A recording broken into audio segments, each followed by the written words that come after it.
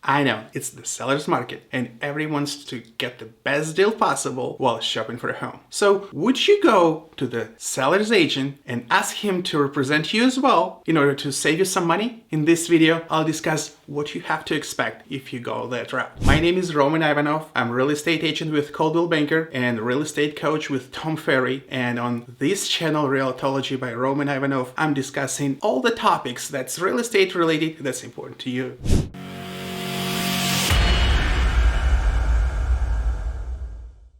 So if you decide to buy a home and you go to the open house, or you're just simply searching for homes online and you want to save some money, going to the listing agent and turn him into a dual agent. Well, it depends on where you're watching. If you're watching in Pennsylvania, dual agency is legal compared to if you're watching in Florida, where dual agency is illegal. Well, if you're in Florida, there is also a way for the agent to represent both parties. The agent should be transactional licensee versus single agent. Well, this is all about the legal names and legal descriptions. At the end of the day, in both states, one agent can represent both parties. So what is your advantage of that? Well, advantage of using an agent who knows the seller is the fact that the agent can understand the seller needs and your needs and work out the best terms that would satisfy both of you, because he goes deeper for the seller. He knows where you're moving, what's your time frame. Maybe you can wait a little longer, maybe you can step down on the terms, or maybe go a little higher on price. So he can work things out because he represents both parties and he understands how to put the transaction towards the closing. And that's what's the most important part for you as a buyer and the seller, for you to get the house, for him to get the money. Well, I also have to note that agent who represent the seller, they already have a written agreement with the seller to list, market, and sell the home. He also owes fiduciary duties for the seller to work to the best of his interest. So when you step into the open house or talk to an agent on the phone and you disclose your situation, that you're in a rush, you want to buy a house right now, or any other circumstances you have in your life to buy that particular property, well, he might use it against you and try to negotiate better terms for the seller, higher price, better transaction that would be more beneficial to the seller rather than fight for your interest, because you technically unrepresented in this case. If you don't have anything in writing with the agent, well, he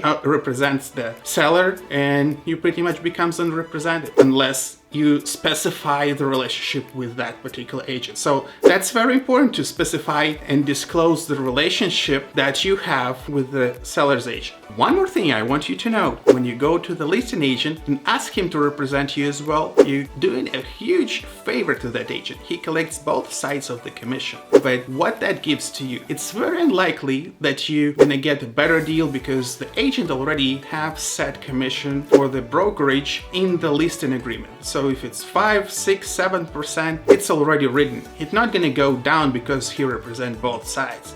So he simply collects all the commission that he planned to use half of it to pay the buyer's agents. So just think, if you would go through the divorce, would you like to have the same attorney represent you and your spouse? Probably not. I would get my own attorney who's gonna fight for my best interest, and I would let the spouse have their attorney so they can find the best solution based on my or your interest. So doing the favor to the agent, not gonna necessarily grease the wheels in the deal, because he gonna make double. Very likely the agent gonna do exactly the same work that he would if he would just represent the seller.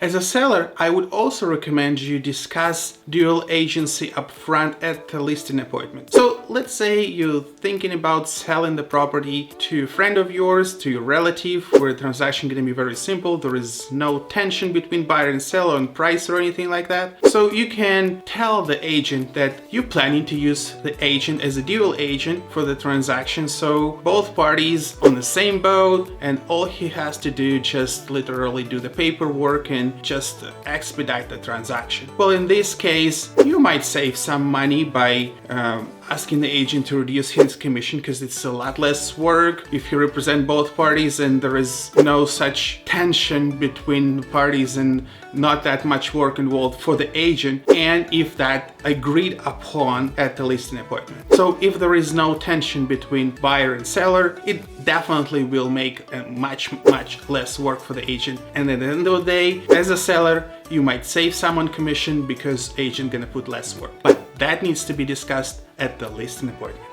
So think twice before hiring a dual agent. I hope you got value from this video. Please subscribe to my channel. I'm posting videos every Thursday. Don't forget to like this video, put comments below what else would you like me to discuss in our future videos, and I'll see you next time.